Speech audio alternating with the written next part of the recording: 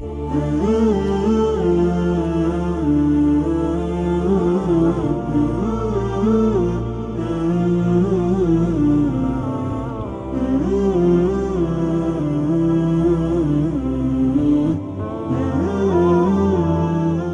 جان فرماتی ہیں، بخاری شریف میں بڑی تفصیل سے یہ واقعہ ہے، خود امی عائشہ نے روایت کیا، فرماتی ہیں بڑا مشکل وقت تھا، بڑا مشکل وقت تھا، کہتی ہوں میرے سینے پر تو چھریاں چل گئیں جب خود حضور صلی اللہ علیہ وسلم میرے پاس آئے اور مجھ سے آ کر کہا کہ عائشہ اگر تجھ سے گناہ ہوا ہے، غلطی ہو گئی ہے، تو تم اللہ سے توبہ کرو، اللہ تمہیں معاف کر دے۔ وہ فرماتی ہیں کہ میں کیا کہتی کسی سے، میرا تو محبوب مجھ سے یہ بات کہہ رہا تھا،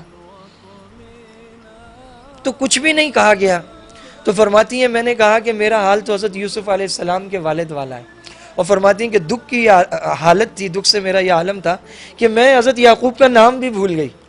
تو میں نے کہا کہ میری حالت تو وہی ہے جو حضرت یوسف کے والد کی تھی، انما اشکو بثی وحزنی الی اللہ، کہ میرا شکوہ، میری فریاد، میرا دکھ بس وہ میرے اللہ سے ہے۔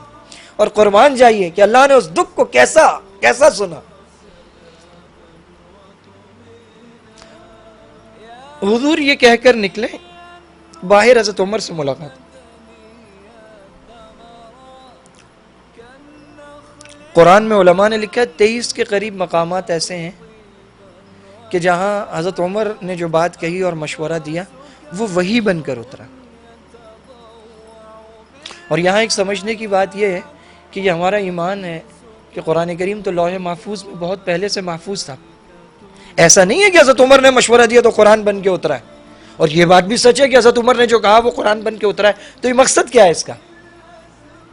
آپ صلی اللہ علیہ وسلم کی صحبت نے اور فیض تربیت نے حضرت عمر کو اس مقام پر پہنچا دیا تھا کہ 23 موقع ایسے ہیں کہ جو اللہ نے لوح محفوظ میں لکھا ہوا تھا اور پہلے سے محفوظ تھا، حضرت عمر نے وہی مشورہ زمین پر دیا، اور اس کے بعد اللہ تعالیٰ نے لوح محفوظ میں وہ پہلے سے لکھی ہوئی آیات اتاری کہ جو عمر یہاں زمین پر کہہ رہا ہے وہ تو کب سے ہم نے لوح محفوظ میں لکھ کے محفوظ کیا ہوا۔ تو حضور نے پوچھا عمر کیا خیال ہے اس بارے میں، یہ جو بات چل رہی ہے؟ حضرت عمر نے عجیب بات کہی، حضرت عمر نے کہا یا رسول اللہ یہ نکاح کس نے کروایا تھا؟ آپ پر غم کی کیفیت تھی، آپ بھی چونکے۔ آپ نے فرمایا اللہ نے، اللہ کا انتخاب ہے۔ حضرت عمر نے فرمایا یا رسول اللہ اللہ کا انتخاب کیسے غلط ہو سکتا ہے؟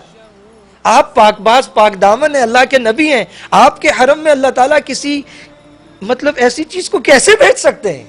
آپ کی طبیعت میں اطمینان کے آثار ہوئے، آپ دوبارہ گھر میں مڑے، اندر حضرت ابو بکر کے اندر گئے، اور اتنے میں پیشانی مبارک پر پسینے کے قطرے نمودار ہوئے، وحی کے آثار شروع ہوئے۔ ام رومان اور حضرت ابو بکر دہل گئے، ڈر گئے کہ کیا فیصلہ آئے، کیا بات ہے۔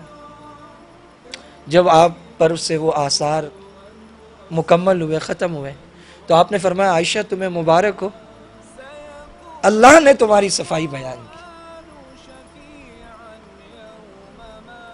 ام رومان نے امی عائشہ سے کہا کہ آگے بڑھو، ایک روایت کے الفاظ ہیں کہ پاؤں پکڑ کے شکریہ ادا کرو، اور ایک کے الفاظ ہیں کہ حضور کا شکریہ ادا کرو۔ وہ مقام ناز تھا۔ امی عائشہ آپ صلی اللہ علیہ وسلم کی محبوبہ تھی۔ آپ نے فرمایا نہیں، آج میں کسی کا شکریہ ادا نہیں کروں گی، آج میں اس کا شکریہ ادا کروں گی جس نے میری طہارت اور پاکیزگی بیان کی ہے۔ اور امی عائشہ فرماتی ہے یہ تو میرے دل میں تھا کہ اللہ میری صفائی دیں گے، لیکن یہ نہیں سوچا تھا کبھی کہ قرآن میں اتار دیں گے، قیامت تک پڑھا جاتا رہے گا، نمازوں میں پڑھا جائے گا۔ سورہ نور کی آیات لولا اذ سمعتموہ قلتم، ایسا کیوں نہ ہوا کہ جب تم نے یہ بات کہی، یہ بات سنی تو بے ساختہ تم نے یہ کہا ہوتا۔